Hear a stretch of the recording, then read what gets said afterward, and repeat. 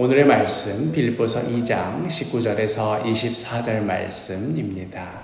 내가 디모데를 속히 너희에게 보내기를 주 안에서 바람은 너희의 사정을 알므로 안위를 받으려 함이니 이는 뜻을 같이하여 너희 사정을 진실히 생각할 자가 이밖에 내게 없습니다. 그들이 다 자기 일을 구하고 그리스도 예수의 일을 구하지 아니하되 디모데의 연단을 너희가 안하니 자식이 아버지에게 함같이 나와 함께 복음을 위하여 수고하였느니라. 그러므로 내가 내 일이 어떻게 될지를 보아서 곧 이 사람을 보내기를 바라고 나도 속히 가게 될 것을 주 안에서 확신하노라. 우리가 성경을 묵상할 때에 그 본문 속에 드러난 그 말씀이 전하고자 하는 바가 무엇인지, 또 우리 삶에 어떻게 적용할 수 있을지 하는 것들을 깊이 생각하는 것도 매우 중요합니다마는, 또한 잊지 말아야 할 것은 성경이 실제적인 삶 속에서 쓰여졌다 하는 것입니다. 그냥 하늘에서 어떤 영광스러운 빛과 큰 소리와 함께 뚝 떨어진 그런 문서가 아니라 하나님의 뜻을 따라 고난과 영광 속에서 살아가던 자들의 삶의 행적 속에서, 그런 과정 속에서 자연스럽게 남겨진 문서라는 것을 꼭 기억하셔야 합니다. 그렇기에 빌립보서가 구체적으로 어떠한 상황 중에 쓰여졌고 또 전달이 되었고 하는 것을 살펴보는 것도 매우 의미가 있는데요.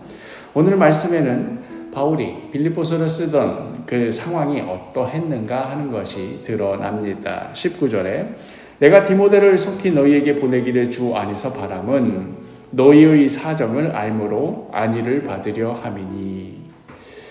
디모데를 지금 바울이 갇혀있는 이 감옥에서 빌립보로 보내기를 원한다 하는 이 말 속에서 바울은 지금 감옥에 갇혀있지만 디모데와 함께 있구나 하는 것을 알 수 있습니다. 이미 빌립보서의 첫 문구에서도 바울의 상황이 드러나고 있는데요. 빌립보서 1장 1절에 그리스도 예수의 종 바울과 디모데는 하면서 지금 편지를 쓰고 있는 주체가 누구인지 이렇게 나타내고 있지요. 그리스도 예수 안에서 빌립보에 사는 모든 성도와 또한 감독들과 집사들에게 편지하노니. 바울이 감옥에 홀로 갇혀가지고 외로운 가운데 어떻게 용케 종이와 펜을 구해가지고 편지를 쓴 다음에 간수한테 이것 좀 우체국에 붙여주시오 해서 쓴 것이 빌립보서가 아니라, 감옥 안에 갇혀있던 바울을 디모데가 곁에서 보필하고 있었고, 아마도 이 편지를 쓸 때에도 바울이 나이가 많았을 때 쓴 편지이기 때문에 잘 보이지도 않고 하는 것들로 인해서 디모데의 도움을 받아서 이 편지를 남기게 되었을 것입니다. 그런데 어쨌든 이 편지를 썼다고 하더라도 어떻게 전달할 수 있을까? 이 당시에 우체국이 있는 것도 아닌데. 그러면서 이제 이렇게 생각하게 되는 거죠. 오늘 19절에 이렇게 나와 있으니까 이 편지를 디모데가 전달했구나. 이렇게 생각하게 되기 쉬운데, 그러나 사실 이 편지를 전달한 사람은 디모데가 아닌 에바브로디도입니다. 이제 내일 우리가 함께 묵상할 본문에 에바브로디도에 대해서 언급이 되고 있습니다만은, 빌립보서 후반부에 빌립보서 4장 18절 내게는 모든 것이 있고 또 풍부한지라 에바브로디도 편에 너희가 준 것을 받음으로 내가 풍족하니 하면서, 지금 바울이 빌립보에서 에바브로를 통하여서 지금 이 감옥에 보낸 어떤 헌금이라고 할까요? 무언가를 보낸 것으로 인하여서 풍족하고 감사하다 하는 이런 말들을 남기고 있는데, 그래서 이제 지금의 상황을 이해하게 되는 것이지요. 지금은 이 상황은 감옥에 갇힌 것은 바울이고, 디모데만 홀로 곁에 남아서 바울을 보필하고 있고, 또 그런 상황을 알고 있던 빌립보 교회 성도들이 에바브로디도를 그 감옥에까지 보내었고, 바울은 이제 그 에바브로디도를 통하여서 빌립보 교회의 소식도 듣고 또 감사도 나누고 하였구나 하는 것을 알 수 있는 것입니다.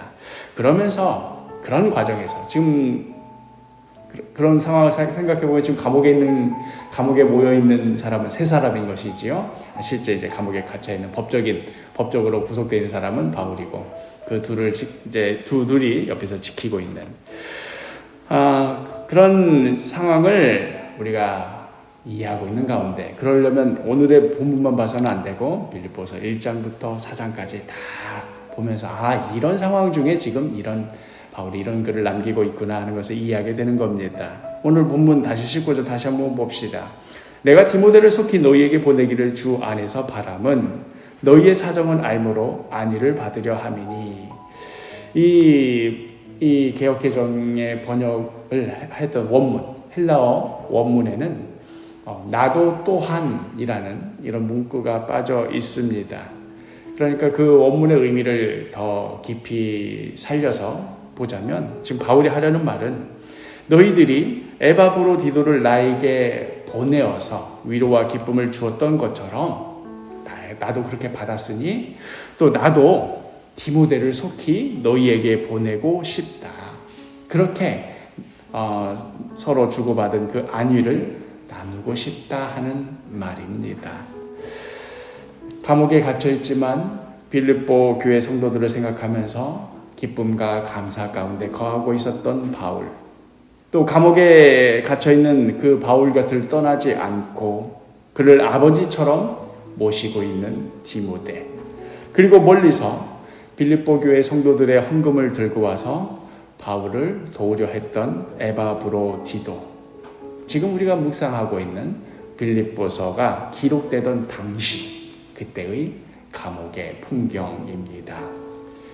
인간적으로 볼 때는 참 처참하고 절망적인 자리일 수밖에 없는 그런 감옥이라는 현실이겠지만, 은혜의 눈으로 볼 때에는 서로를 향한 그리움이 있고 간절한 기도가 있고 감사와 기쁨이 있는 그러한 자리입니다.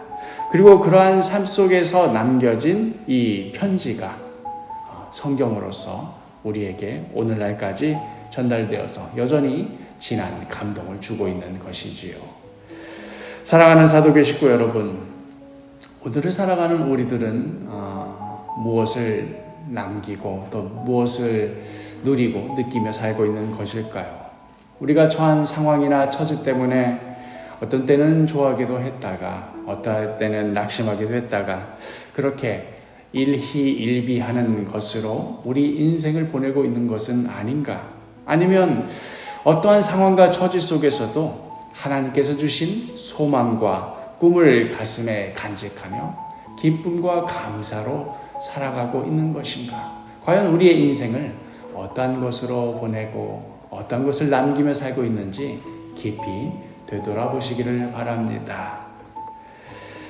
오늘 하루도 바울이 누렸던 그 기쁨과 감사, 또한 그의 곁을 지키고 있었던 디모데, 또 멀리서 빌립보에서부터 찾아온 그 에바브로디도, 그들이 함께 누렸던 그 기쁨과 감사로 갇혀있는 몸이든 자유의 몸이든 그 어떤 상황과 처지 속에서도 누렸던 그 기쁨과 감사로 살아가시는 복된 하루가 되기를 간절히 축복합니다.